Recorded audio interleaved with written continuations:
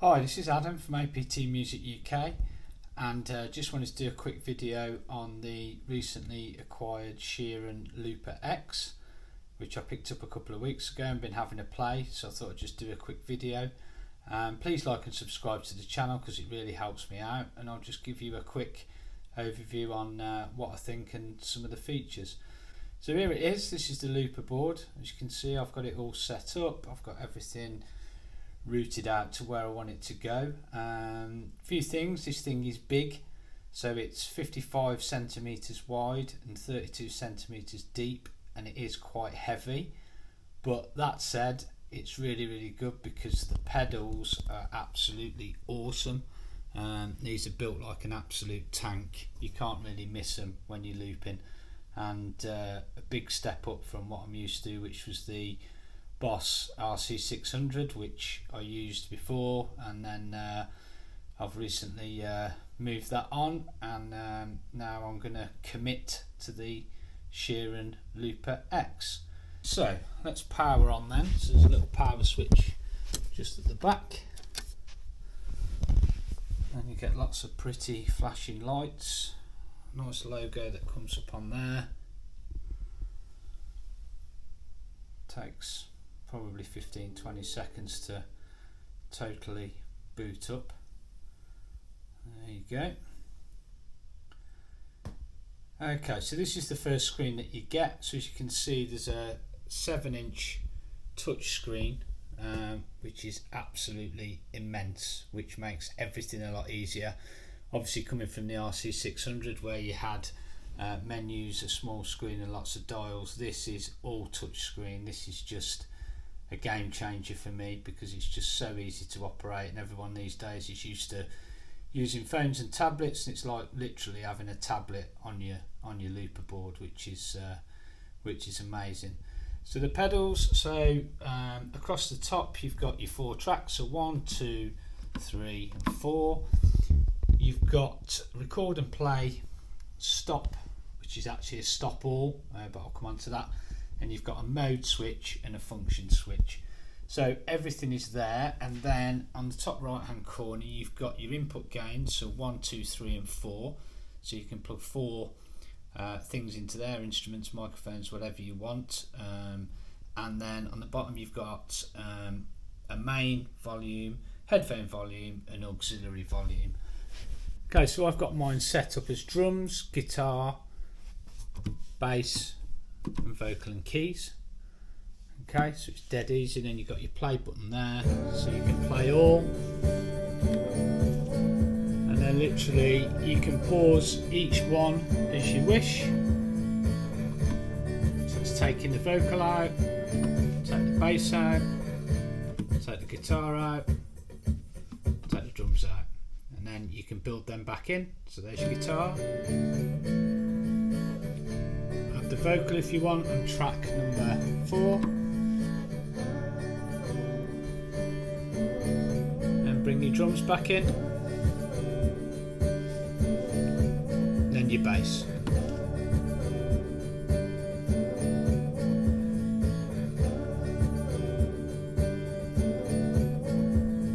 So that's on that display, but if you do prefer to have a WAV file, there you go, you can see all the wave formats in there, and if I just hit play, and then again you can stop the loops, pause the loops, that's just drums, and then the loops that aren't being used are grayed out, and then you just bring them back in, obviously in time, guitar, vocal, bass. And then this is an all stop button, sorry. That stops the whole loop, takes it back to the beginning and starts it again. Which can be a little bit problematic coming from an RC600 because you can stop and start individual tracks, but the way this is set up it actually pauses the tracks.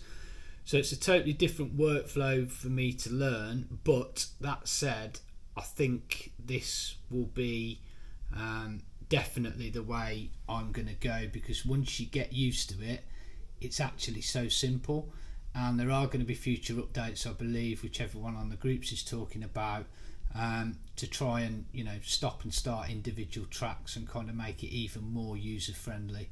But like I say, for ease of use, and once you get used to it, anyone that's a new looper, it makes real sense.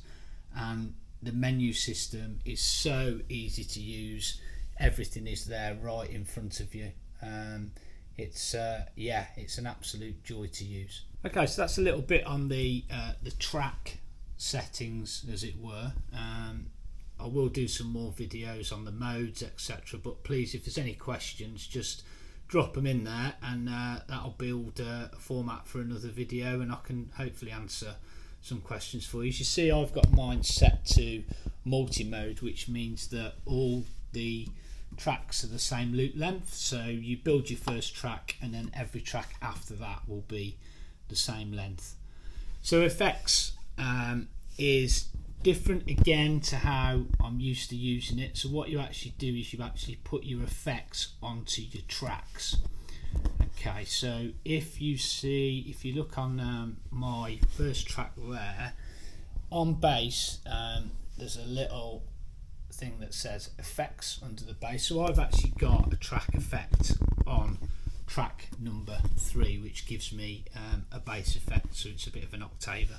And the effects are really good, actually. I did try the ones in the RC600. They were okay, but really fiddly to get to. So I actually quite like the fact that you put the effect onto the track.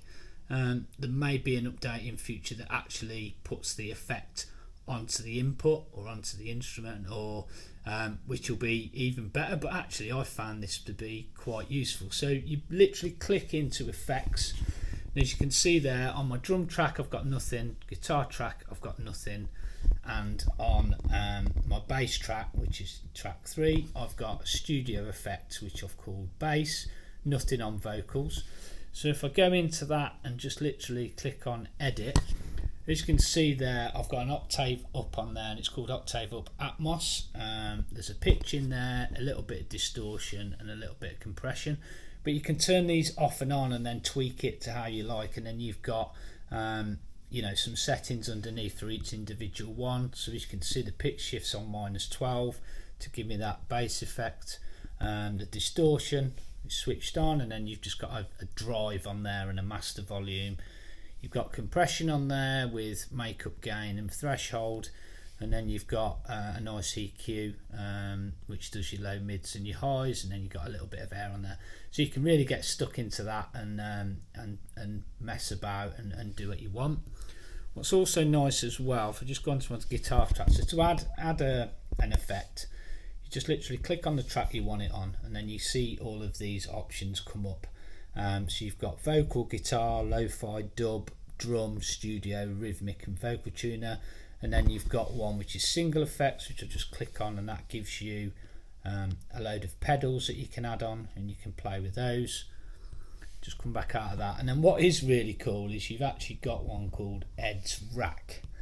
So if you click on that, there's lots of presets that obviously Sheeran's worked on, and you can scroll down these. So you've got acoustic, you've got bass, you've got beatbox, you've got boom, you've got electric guitar, keys, synth bass, vocal chorus, vocal dubby. So these are obviously settings that he's worked with them on to kind of put his feel to it, and some of them are really, really good. So you can literally just add so on this one, I can't remember what I put it on now. So if I put it on my guitar track, if I just wanted an acoustic rhythm 2, you click that, click done, and it loads that in, and then you can play about with all the settings. So it's really, really nice.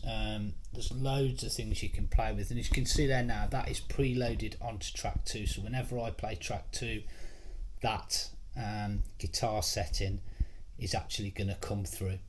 Now what's also quite nice is you've got a tuner on this, and you can actually select the input. So obviously if I've got my guitar which is coming into input 2, so it's picking up my voice there to kind of try and tune it. So I'm in D at the minute, which is nice. input select there, so literally you can, I've got that selected to all inputs, but you can just put that on your guitar track, click the tuner, and you can tune up on the fly, which is really nice. The setup settings, you've got save loop, new loop, loop manager, storage, and you can also add backing tracks. Now on the bottom you've got loop settings, global settings, routing, transfer and firmware. So I did a firmware update pretty much straight away on this. So there's also over 300 patches included in the looper, so you've got drum beats, etc. So you need to have a spare track to be able to do that, so I've just deleted the vocals off that one.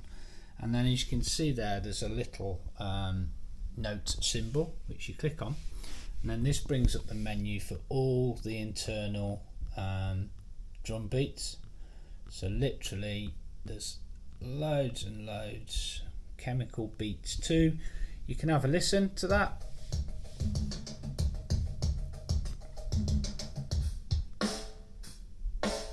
You can find whatever you want. Let's have a little play.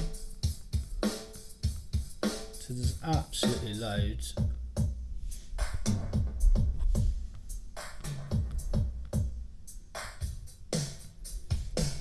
And then literally if you want to bring that in, you just click import. It asks you if you'd like to import the file BPM or no BPM change, so no BPM change. And then literally that now is imported into track 4.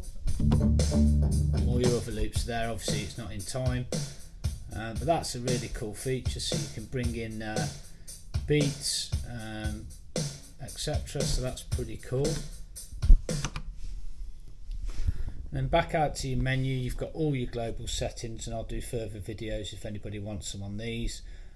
You can do peel, etc, etc. You've got audio, so you've got phantom power as well, USB audio, so you can actually use this as a DAW, so it will go out to your, I use an iPad when I'm recording, and I use Logic. So literally I could go straight out of this and into Logic on my iPad. And then your loop settings, so you've got your tempo, time signature, loop mode. So obviously there's different modes on this. I use it in multi. You can use sync, song, band and free, and I'll do another video on that about all the different ones that do it. Quantize and measure, I haven't used the quantize, to be honest, I haven't needed to. You've got one shots for all your tracks. You can do sync audio to tempo on your time stretch, and then you can actually customize your pedal menu. So talking of the pedal menu, when you're actually on your loops, which it is there, whichever way you're doing it, on the waveform or the song form there, you can actually press the function, and this brings up a little sub menu, and then it puts it onto a pedal. So on A is my tuner, okay, B is effects, C load, D save, P all, clear all, clear track, and exit. And then when you're on your mode, so when you're actually recording, this is the kind of record bit. So you record your track in, track 2, record in, and if you hit mode, that's when it puts it on the mute, and it comes up on mute on there. And then this is when you pre-select your tracks for which ones you want to play, and then as you start your performance, you can literally put your beat, bass. It's really good how this works its way across, so as you can see where you're at during the loop, etc. And obviously what I'd do is, if you can hear on the drums, I actually put a little at the end, and that tells me, it's a little indication for me when the actual loop is ending or starting, as it were. So yeah, I hope that was useful. Thanks very much for watching. As I say, please like and subscribe to the channel. Any questions, pop them in the comments. If I can answer them, I will. Like I say, I've literally had this a couple of weeks, but really only just started to get to grips with it and started playing with it. So any questions, pop them in there, and I'll see you on the next one. Thank you.